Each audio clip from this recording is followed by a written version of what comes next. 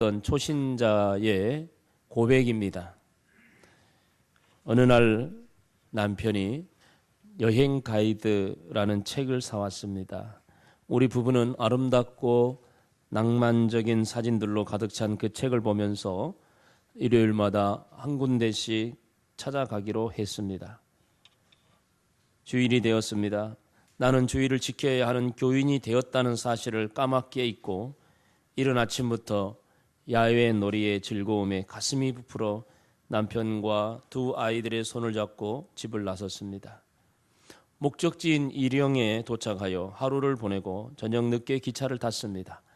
기차 안은 복잡하지 않아서 편안하게 자리를 잡을 수 있게 되었고 피곤한 아이들은 남편과 나의 무릎을 베고 잠이 들었습니다. 어디쯤인지 알 수 없었으나 차창 밖으로 희미하게 스쳐가는 벌판이 보였습니다. 그때였습니다. 어디선가 날아온 구슬만한 돌이 내가 내다보고 있는 유리창을 깨고 들어와 나의 관자놀이를 쳤습니다. 아주 순간적으로 일어난 일이었습니다. 어둠 속에서 날아온 작은 돌멩이에 두꺼운 유리창은 산산조각이 났고 깊이 잠든 아이들의 머리와 얼굴 위로 깨어진 유리가루가 쏟아졌습니다. 기차는 급하게 멈춰섰고 사람들이 웅성거리며 모여들었습니다. 응급 의료 상자를 든 승무원이 달려왔습니다. 그러나 그때 정말 믿을 수 없는 기적이 일어난 사실을 발견했습니다. 깨진 유리 조각이 날카로워서 크게 다치기 십상인데 그 유리들은 가루로 변해버렸고 그리고 두께 1cm가 넘는 유리를 박살낼 정도의 힘으로 날아온 돌멩이에 맞은 나는 아무 상처도 입지 않았던 것입니다. 속눈썹에까지 달라붙은 유리가루 때문에 눈을 뜨지 못하는 아이의 얼굴을 들여다보면서 나는 하나님 생각이 났습니다. 그리고 오늘이 주일이라는 것도 기억했습니다. 그 후부터 하나님의 사랑에 붙잡힌 바 된 나는 과천으로 이사해서 교회 중심의 생활로 신앙의 뿌리를 깊이 내리게 되었습니다. 사랑하는 성도 여러분, 이러한 신앙 고백은 초신자의 고백만이 아닙니다. 주일인지도 모르고 자기 일상생활에 젖어서 살아가는 사람들은 많은 그리스도인들 중에 있습니다. 그러면서도 평안하다, 우리 집은 행복하다, 즐겁다라고 늘 말하는 그런 삶을 살고 있습니다. 성도 여러분, 여러분은 지금 행복하십니까? 여러분은 지금 평안한 삶을 살고 계십니까?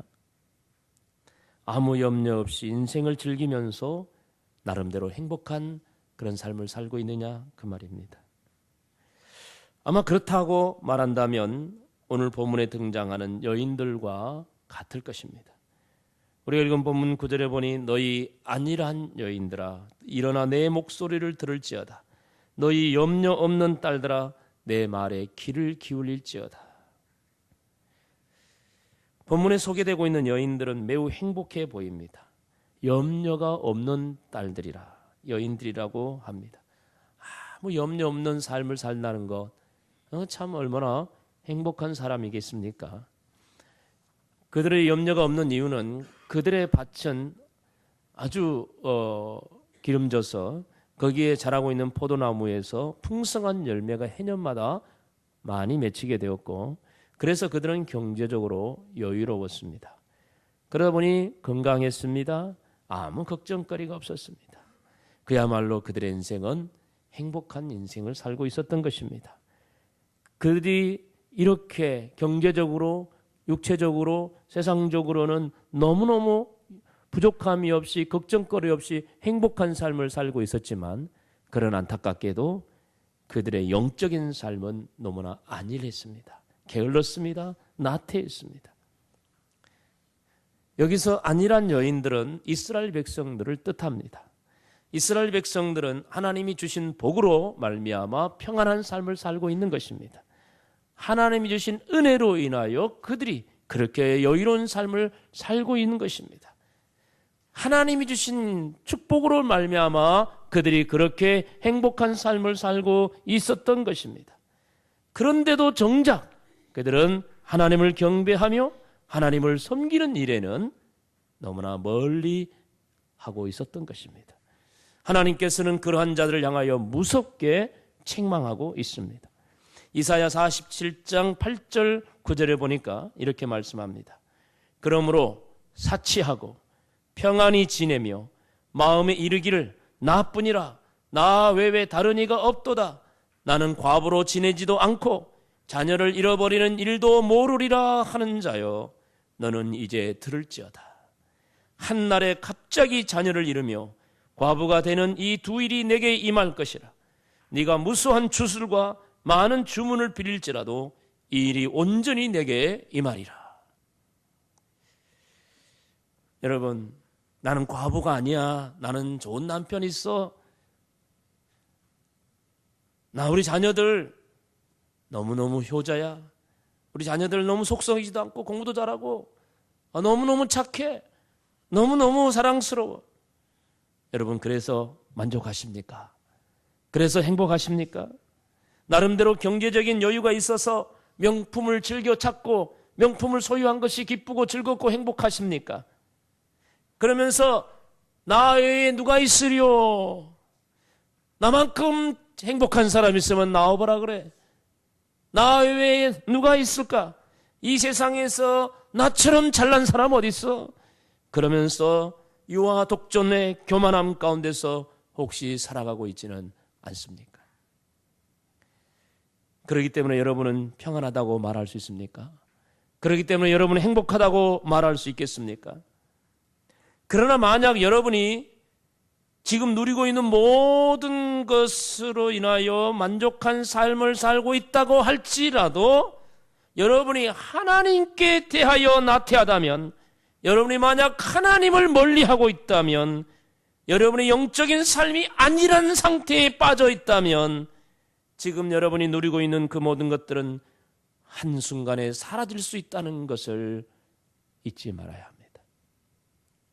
여러분이 그렇게 만족해하고 있고 행복하게 여기고 있다고 있는 그 모든 것들이, 그 모든 환경이 한순간에 하나님은 다 거두어 가실 수 있다는 걸 아셔야 합니다.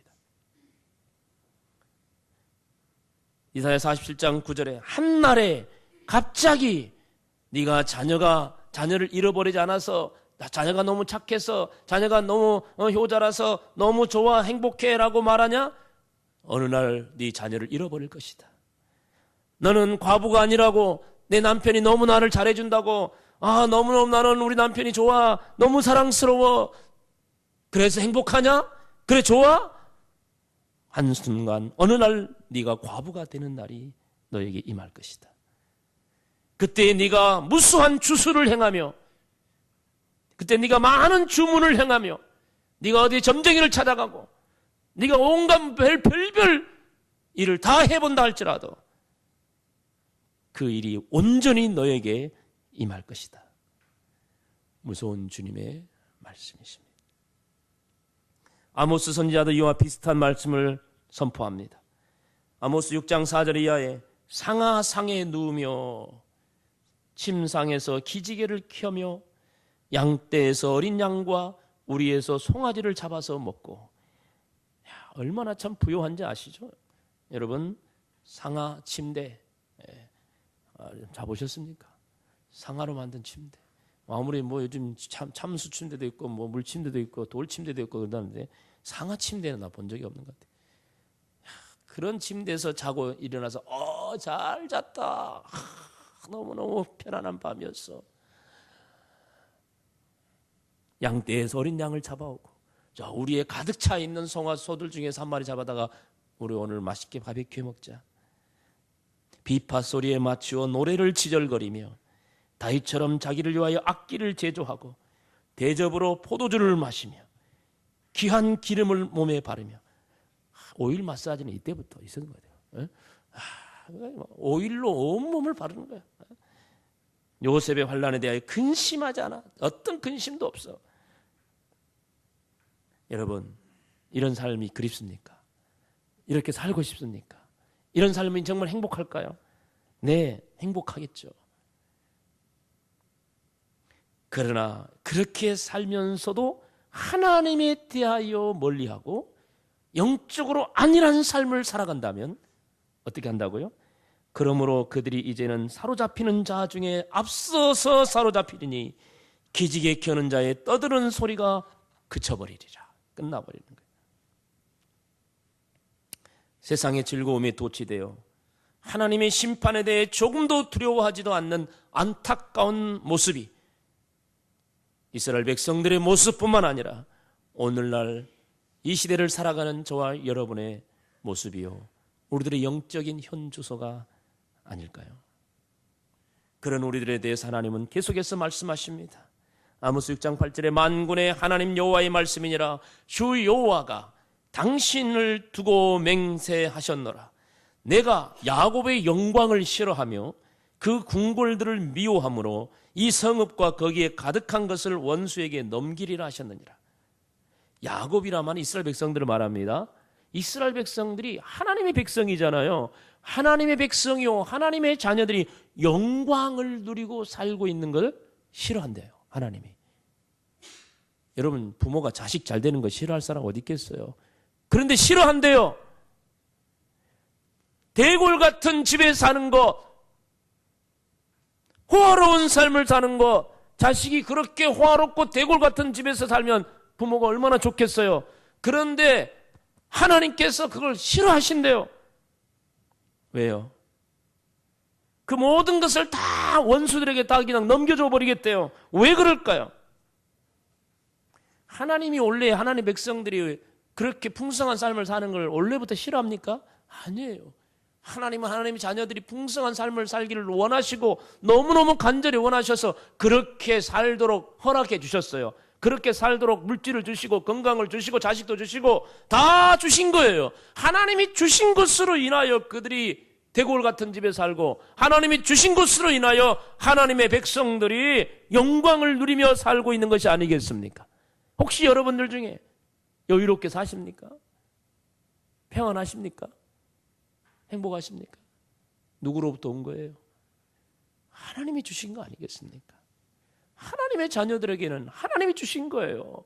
하나님의 자녀들이 걸식하면서 하나님의 자녀들이 세상에서 천대받으면서 살도록 하는 것이 하나님의 뜻이 아니에요.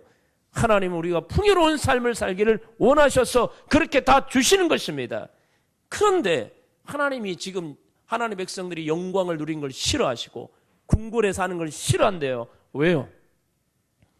다 주었더니, 내가 그들에게 그렇게 영광을 누리게 하고 대골 같은 집에 살게 해 주었더니 정작 그들은 하나님을 배신해버리고 하나님을 싫어하고 하나님을 멀리하고 하나님이 싫어한 것을 좋아하고 하나님이 저주하는 것을 축복하고 하나님께서 멀리하라고 하는 것을 가까이 하고 있어요. 하나님을 따르는 것이 아니라 세상을 쫓아가고 있어요. 얼마나 하나님이 속상했으면 그런 말씀을 하셨겠어요.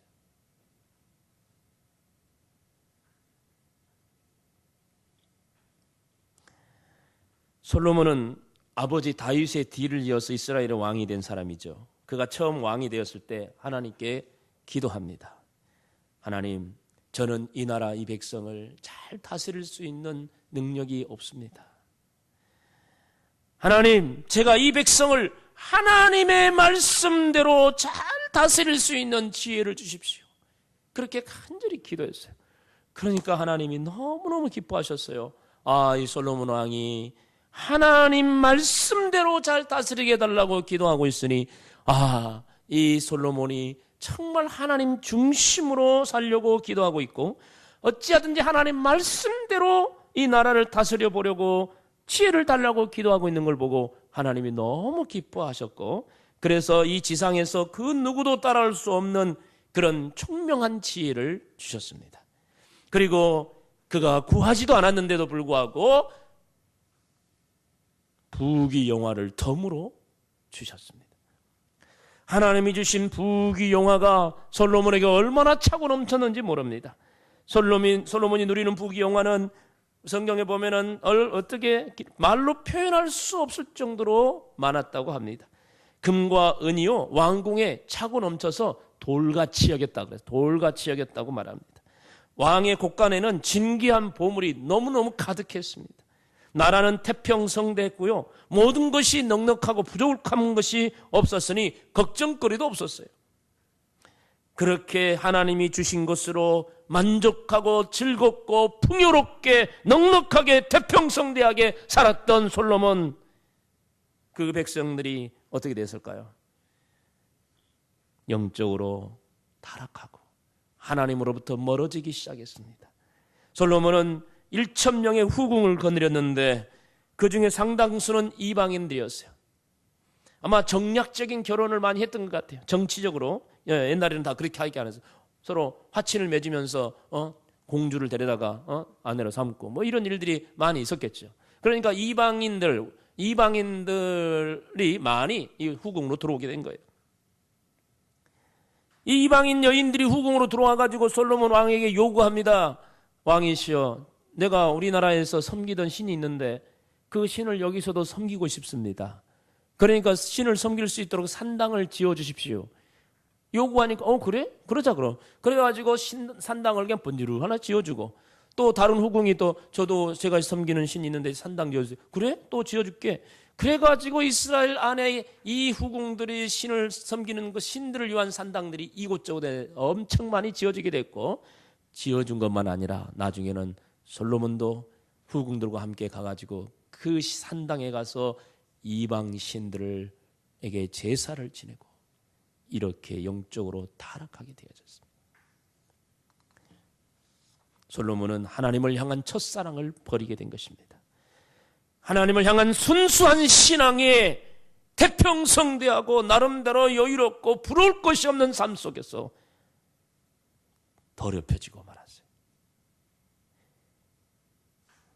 어떻게 하든지 하나님의 백성들을 하나님의 말씀대로 다스려 보겠노라고 간절히 기도했던 그 순수하고 열정 있던 그 모습은 사라지고 앞장서서 이방 신 앞에 우상을 섬기며 절을 하는 이런 악한 일을 자행하게 되었습니다. 결국 하나님께서는 솔로몬의 그 아들의 시대에 이르러 나라를 둘로 쪼개버립니다. 솔로몬 왕궁에 그렇게 가득 찼던 금은 보화는 다 적국에게 빼앗기고 맙니다.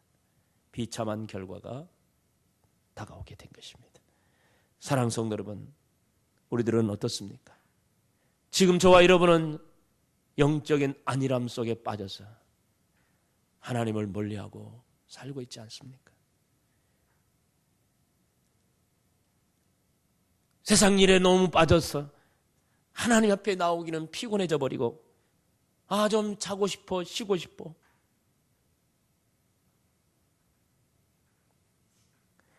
세상 친구들이 너무 좋아서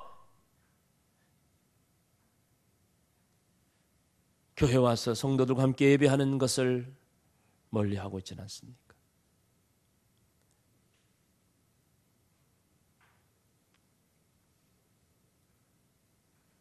오늘 본문 10절에 보면 하나님은 이 안일한 여인들에 대해서, 염려 걱정 없는 여인들에 대해서, 여인들은 이스라엘 백성이라 했어요.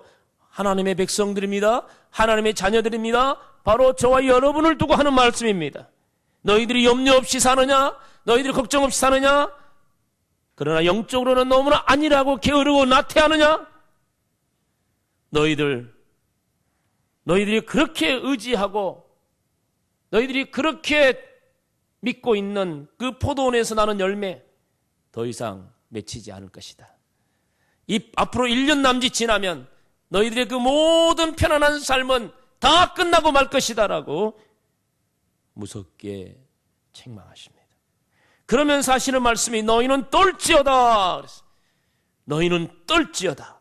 너희 염려 없는 자들아 당황할지어다. 옷을 벗어 몸을 드러내고 배로 허리를 동이고 애통할지어다. 너희 영적으로 안일하고 하나님으로부터 멀어져 가는 줄도 모르고 영적으로 병들고 죽어간 줄도 모르고 있는 이 안일한 백성들아, 그러면서도 염려 없다, 걱정 없다, 나는 먹고 살만해, 나는 행복해라고 그렇게 고백하고 있는 너희들아, 너희는 이제 떨지어다. 뭘 떨어요? 하나님의 심판 앞에 두려워 떨어라는 것입니다.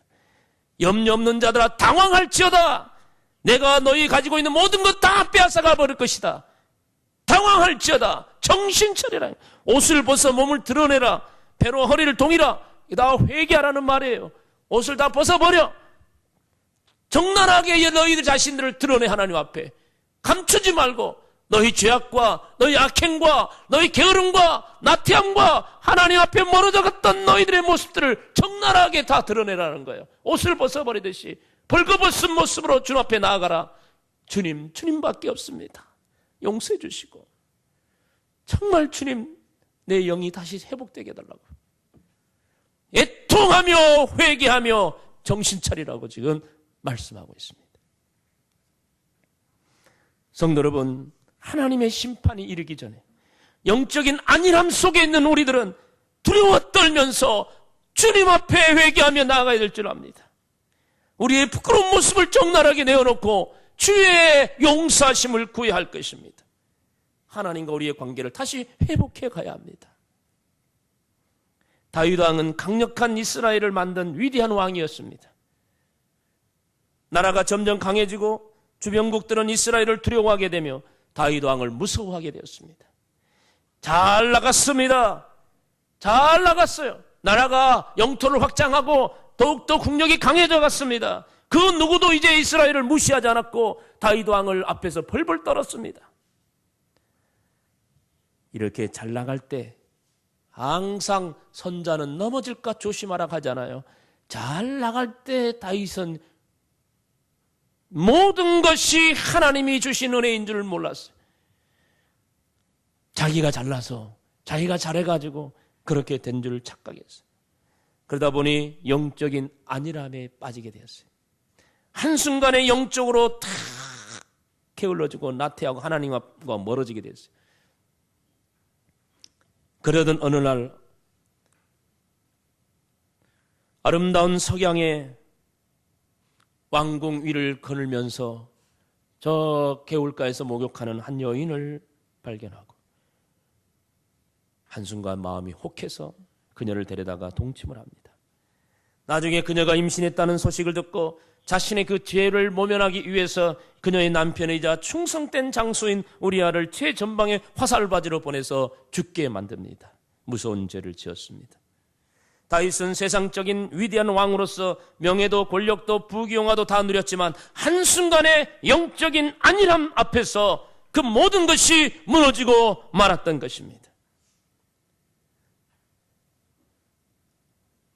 많은 영적 지도자들이 한순간 안일함 때문에 무너진 경우가 비일비재합니다. 다윗은 그 후 나단 선지자가 찾아와서 하나님의 말씀으로 자신의 죄를 책망할 때 비로소 그런 자기가 얼마나 악한 자인지를 깨닫게 되고 내가 그동안 하나님 앞에 얼마나 게으르고 하나님을 멀리했고 하나님 앞에 두려운 줄도 모르고 잘난 척만 했던 자기 자신의 교만함을 회개하고 얼마나 처절하게 회개했는지 모릅니다. 그는 일주일 동안 두문불출하며 눈물로 침상을 띄울 정도로 간절히 회개하고 있는데 그가 그렇게 울부짖으며 회개한 내용이 시편 51편에 잘 나타나 있습니다. 시편 51편 몇 구절을 보면은 9절부터 보면은 내 주의 얼굴을 내 죄에서 돌이키시고 내 모든 죄악을 지워주소서.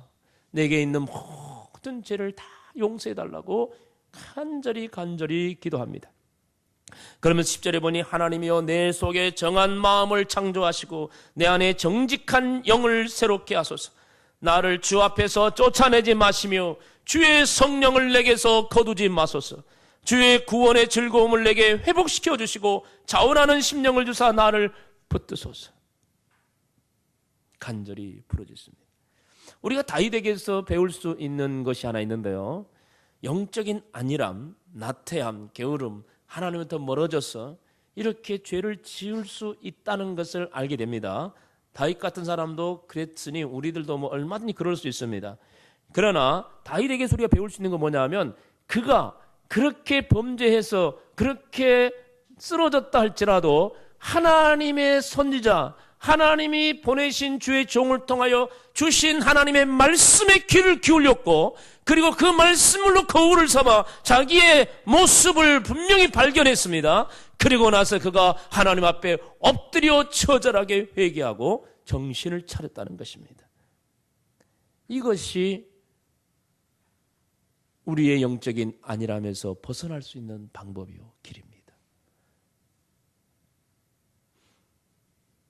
철저하게 회개합니다.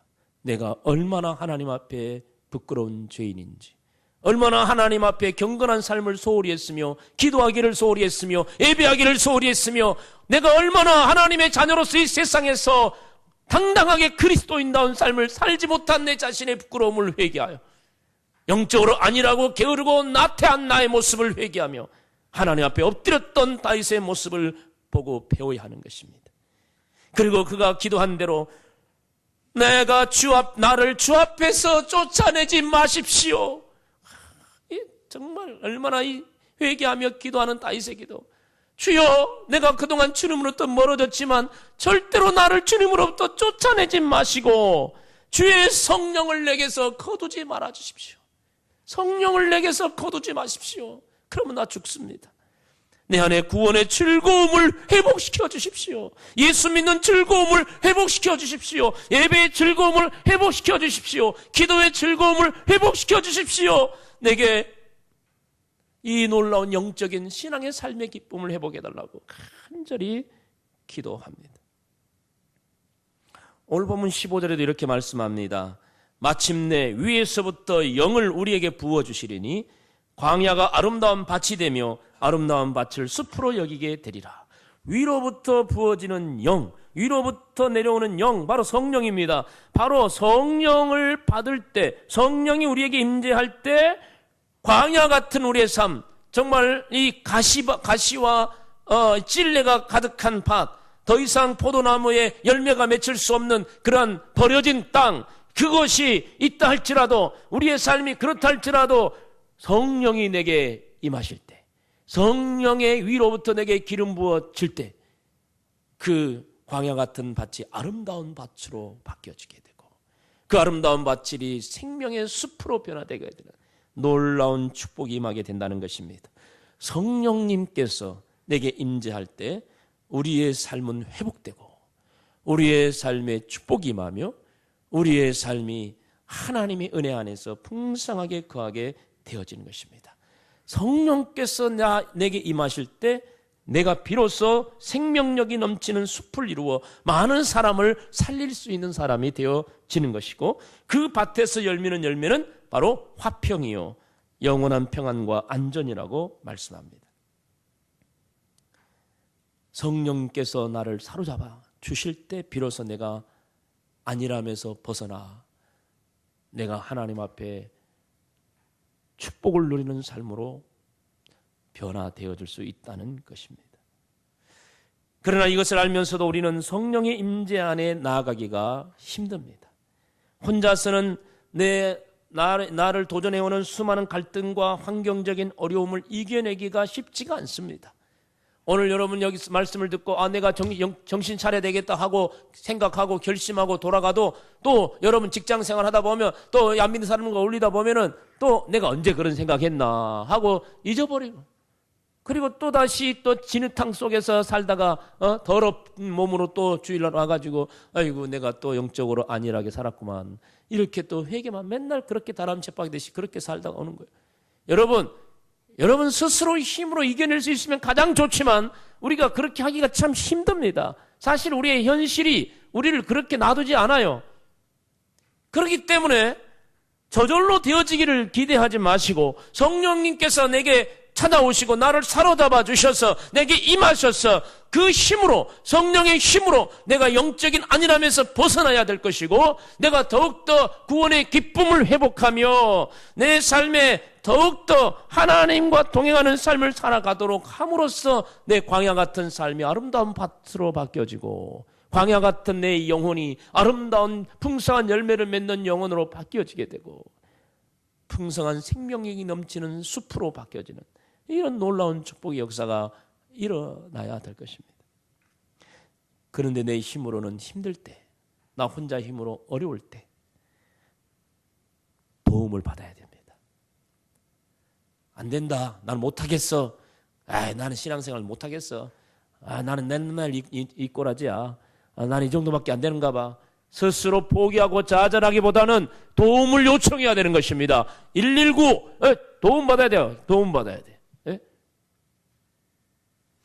바로 교회는 여러분들이 성령의 임재 안에서 영적인 안일함에서 벗어나 행복한 신앙생활, 즐거운 신앙생활을 하도록 도와주는 것이 바로 교회입니다.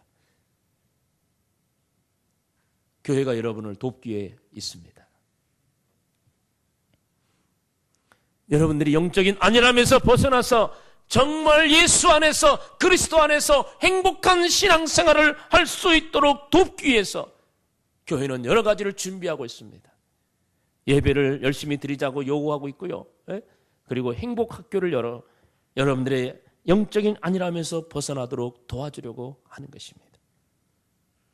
조지 갤럽은 어떤 사람들이 가장 행복한지를 알아보기 위해서 여론조사를 실시했습니다. 그는 어떤 TV와의 인터뷰에서 다음과 같이 말했습니다.